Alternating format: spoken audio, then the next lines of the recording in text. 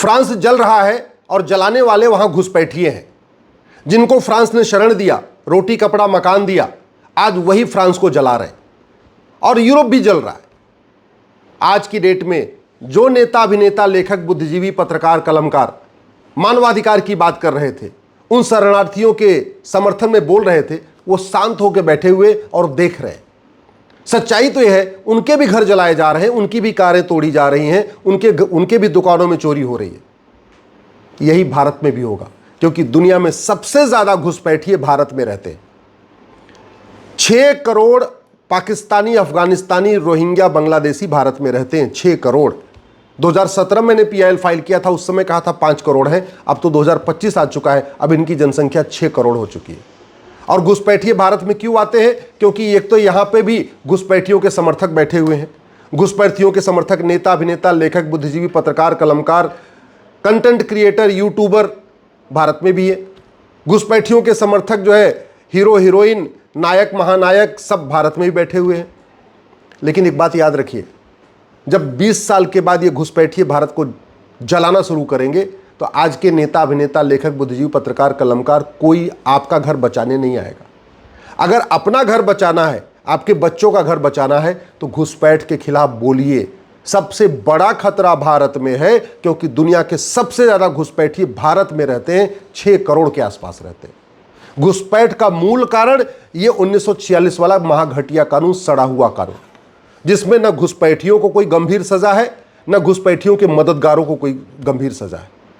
घुसपैठिए आते जा रहे हैं, घुसपैठिए बसते जा रहे हैं, डॉक्यूमेंट बनवाते जा रहे हैं, लेकिन न घुसपैठियों को सजा हो रही है, न घुसपैठियों के मददगारों को सजा हो रही है, क्योंकि कानून महाघटिया है, कानून सड़ा हुआ है। जो घुसपैठिए आ रहे हैं उनको वक्फ बोर्ड की जमीनें हैं, जो 40 लाख एकड़ जमीन पे वक्फ बोर्ड ने कब्जा कर रखा है, उन पे भी बसाया जा रहा है।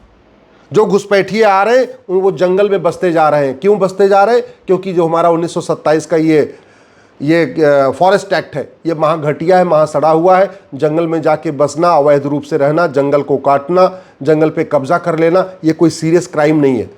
तो जब तक ये कानून नहीं बदलेगा तब तक जंगल जिहाद जारी रहेगा। ये घुसपैठिए उत्तराखंड के जंगलों में बसते जा रहे, हिमाचल के जंगलों में बसते जा रहे, छत्तीसगढ़ के जंगलों में बसते जा रहे, उड़ीसा के जंगलों में बसते जा रहे। जहां पे भी जंगल है, चाहे महाराष्ट्र का जंगल है, चाहे वो गुजरात का जंगल है, ये घुसपैठिए बसते चले जा रहे। चाहे वो दार्जिलिंग हो, चाहे वो मेघालय हो, चाहे मणिपुर हो, चाहे वो नागालैंड हो, पूरब, पश्चिम, उत्तर, दक्षिण, जहां भी जंगल है ये घुसपैठिए बसते जा रहे हैं। जहां नदियां हैं उनके किनारे बसते चले जा रहे हैं। हाईवे के किनारे घुसपैठिए बसते चले जा रहे हैं। एक्सप्रेसवे के किनारे घुसपैठिए बसते चले जा रहे हैं। रेलवे लाइन के किनारे घुसपैठिए बसते चले जा रहे हैं। एयरपोर्ट की जहां जमीन है, एयरपोर्ट के आसपास बसते चले जा रहे हैं। जहां बंदरगाह है वहां समुद्र के किनारे घुसपैठिए झुग्गी लगा रहे। जहां हमारे आर्मी का कैंट एरिया है, उस कैंट एरिया के बगल में घुसपैठिए झुग्गी बना रहे। क्यों? क्योंकि भारत में लैंड जिहाद करना कोई गंभीर अपराध नहीं है। सरकारी जमीन पे अवैध कब्जा करना गंभीर अपराध नहीं है। सरकारी जमीन पे कब्जा करवाना भी कोई गंभीर अपराध नहीं। ये घुसपैठिए जो आ रहे हैं, ये जो बाबर, हुमायूं, तुगलक, गजनी, गोरी के जो मोनूमेंट बने हुए हैं, जो उनकी आर्कियोलॉजिकल साइट के अंतर्गत जो जमीनें हैं, वहां पे भी बसते जा रहे हैं और उनको बड़े प्लान में बसाया भी जा रहा है। इसलिए मैं कहता हूं, अगर घुसपैठ को रोकना है, 1958 का ये जो एंशिएंट मोनूमेंट एक्ट, इसको खत्म करना पड़ेगा। एक भारतीय धरोहर संहिता बनानी पड़ेगी। वक्फ एक्ट खत्म करना पड़ेगा। ये जो 40 लाख एकड़ जमीन, इसका सर्वे करना पड़ेगा, ऑडिट करना पड़ेगा, और जो आदमी कागज ने दिखा पाए उसको वहां से लेना पड़ेगा। अगर घुसपैठ को रोकना है, फॉरेस्ट एक्ट को बदलना पड़ेगा, क्योंकि जो जंगल जिहाद चल रहा है वो इसी घटिया कानून के कारण चल रहा है। अगर भारत को बचाना है 20 साल के बाद, हमें अपने बच्चों को बचाना है, घुसपैठ को राष्ट्र की सुरक्षा के लिए खतरा घोषित करना होगा। सभी राज्य सरकारों को कहना होगा, सभी डीजीपी, चीफ सेक्रेटरी को बोलना होगा कि जो घुसपैठिया मिल रहा है और जो घुसपैठिया की मदद करता है, चाहे वो घुसपैठियों को अंदर लाने में मदद करता है, घुसपैठियों को बस से ट्रेवल करने में मदद करता है, या घुसपैठियों का राशन कार्ड बनाता है, ड्राइविंग लाइसेंस बनाता है, वोटर ID बनाता है, या बर्थ सर्टिफिकेट बनाता है, या कुछ भी डॉक्यूमेंट बना के दे रहा है, या झुग्गी बनवा के दे रहा है, या उनको फंडिंग कर रहा है, ऐसे लोगों के खिलाफ एनएसए लगाइए। एनएसए लगेगा तो कम से कम 1 साल तक बेल नहीं होगी, 1 साल तक जमानत नहीं होगी।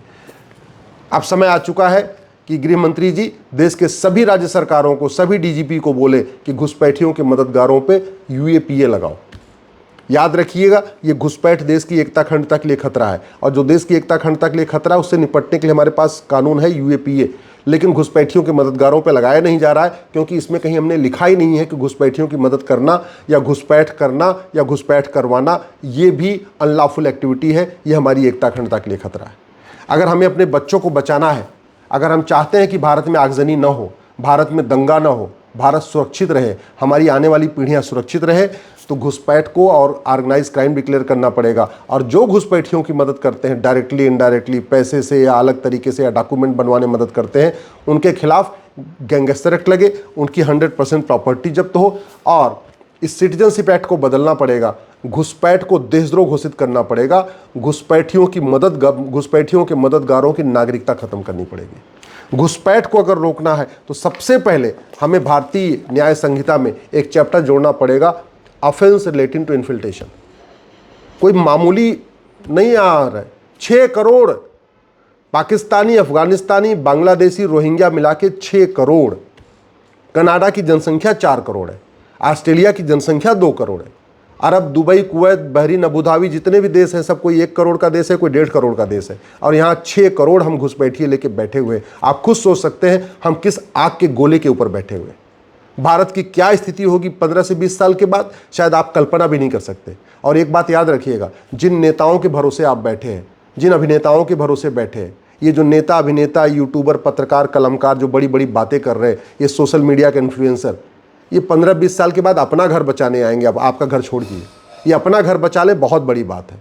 आज के जो तुर्रम खां बने हुए हैं ना, ये 20 साल के बाद अपना घर बचा ले, बहुत बड़ी बात है। आपका घर बचाने तो आने का कोई मतलब ही नहीं। न पाकिस्तान में किसी ने दूसरे का घर बचाया, न बांग्लादेश में किसी ने दूसरे का घर बचाया, और आज फ्रांस जल रहा है, फ्रांस में भी कोई नेता अभिनेता दूसरों का घर नहीं बचा रहा, सब अपना अपना घर बचा रहे हैं। तो सबसे पहले जरूरी है कि बीएनएस में एक चैप्टर जोड़ा जाए, ऑफेंस रिलेटिंग टू इन्फिल्ट्रेशन। घुसपैठ को राष्ट्र की सुरक्षा के लिए खतरा घोषित करें, घुसपैठ को एकता अखंडता के लिए खतरा घोषित करें, घुसपैठ को देशद्रोह घोषित करें, और सबसे इंपॉर्टेंट, घुसपैठ को वेजिंग वॉर डिक्लेयर करें।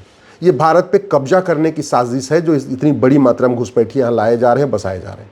ये एकाएक भारत में गृहयुद्ध कराने की साजिश है, भारत में, पूरे भारत में दंगा कराने की साजिश है, पूरे भारत में आगजनी कराने की साजिश है। और वेजिंग वॉर की धारा है इस बीएनएस में, लेकिन कहीं की पुलिस लगा नहीं रही है। इसलिए मैं गृहमंत्री से निवेदन करता हूं, सभी राज्य सरकारों को बोलिए घुसपैठियों के मददगारों पे वेजिंग वॉर की धारा लगाएं, जिसमें आजीवन कारावास, फांसी की सजा है। घुसपैठियों के मददगारों पे देशद्रोह की धारा लगाएं, जिसमें आजीवन कारावास की सजा है। जब तक भय नहीं होगा तब तक घुसपैठिए आते रहेंगे, जब तक कानून का खौफ नहीं होगा तब तक घुसपैठ बंद नहीं होगी और घुसपैठिए जाना नहीं शुरू करेंगे। ये जो मदरसों में प्रोटेक्शन दिया जा रहा है घुसपैठियों का, उसका मूल कारण है कि हमने राइट टू एजुकेशन से मदरसों को बाहर निकाल दिया। अब समय आ चुका है भारत में मदरसा, मिशनरी, मैकाले, मॉन्टेसरी सिस्टम बंद हो और भारत में समान शिक्षा लागू हो। कम से कम 16 साल तक one nation one education board, one nation one syllabus, one nation one curriculum. दुनिया में आज देख लीजिए, जहाँ भी मदरसा है वहाँ अशांति है। हमारी सेना जो ऑपरेशन सिंदूर में पाकिस्तान में क्या करके आई है, मदरसों के ऊपर मिसाइल छोड़ के आई है, मरकज़ों के ऊपर मिसाइल छोड़ के आई है। और भारत में पाकिस्तान से ज़्यादा मदरसे हैं, पाकिस्तान से ज़्यादा मरकज़ें हैं। दुनिया का सबसे बड़ा जमाती संगठन का मुख्यालय भारत में ही है। और ये जो जमाती संगठन है, ये सब घुसपैठियों की मदद कर रहे हैं, उनको बसाने में मदद कर रहे हैं। मेरी पीआईएल का विरोध कर रहे हैं सुप्रीम कोर्ट में, बड़े बड़े दिग्गज वकील आके खड़े होते हैं घुसपैठियों के पक्ष में। कहाँ से इतना पैसा आ रहा है? 20-20 लाख रुपए जो लोग एक हियरिंग की फीस लेते हैं, एक दिन खड़े होकर 20-20 लाख रुपए लेते हैं, उनको एक घुसपैठिए पैसे दे पाएंगे क्या? नहीं, ये बहुत बड़ी इंटरनेशनल साजिश हो रही है। अगर घुसपैठ को, भारत को सुरक्षित बनाना है तो सबसे पहले माइनॉरिटी मेजॉरिटी का खेल खत्म कर देना चाहिए, अल्पसंख्यक मंत्रालय और अल्पसंख्यक आयोग को भंग कर देना चाहिए। ये जो 1992 में कांग्रेस ने माइनॉरिटी कमीशन एक्ट बनाया, इसको खत्म कर देना चाहिए। जब भारत सेकुलर है, सेकुलर शब्द इसमें जोड़ दिया गया है, फिर माइनॉरिटी मेजॉरिटी की ज़रूरत ही नहीं है। भारत को अगर सुरक्षित बनाना है तो आर्म्स एक्ट को बदलना पड़ेगा। हिंदुओं को भी अपने भाला, गड़ासा, त्रिशूल, तलवार रखने का अधिकार देना पड़ेगा। ये कानून बनाया गया था हिंदुओं को शस्त्रहीन बनाने के लिए। भारत को अगर सुरक्षित बनाना है तो भ्रष्टाचार रोकना होगा। ये घुसपैठिए जो आते हैं, उसका मूल कारण है भ्रष्टाचार। बॉर्डर पे 2-2 हज़ार रुपये लेके घुसपैठियों को अंदर ला रहे हैं। एक बीएसएफ के कमांडेंट के पास 22 करोड़ रुपए मिला है।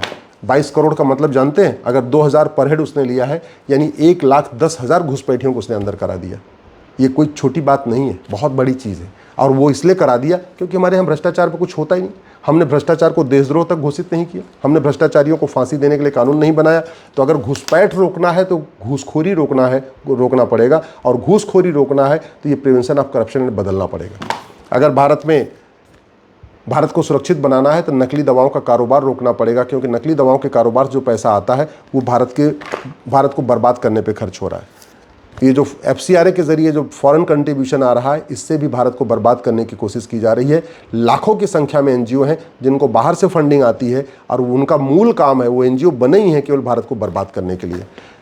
भारत को बचाना है तो हवाला कारोबार रोकना पड़ेगा, इस हवाला विरोधी कानून को ख़त्म करना पड़ेगा, बदलना पड़ेगा, हवाला को सीरियस क्राइम डिक्लेयर करना पड़ेगा, क्योंकि भारत में घुसपैठियों, माओवादियों, नक्सलियों, जिहादियों, मिसरियों सबकी फंडिंग हवाला के ज़रिए होती है। भारत को बचाना है तो बेनामी लेन देन रोकना पड़ेगा, 100 रुपये से बड़ी नोट बंद करना पड़ेगा, और 5000 रुपये से ऊपर कैश लेन देन बंद करना पड़ेगा।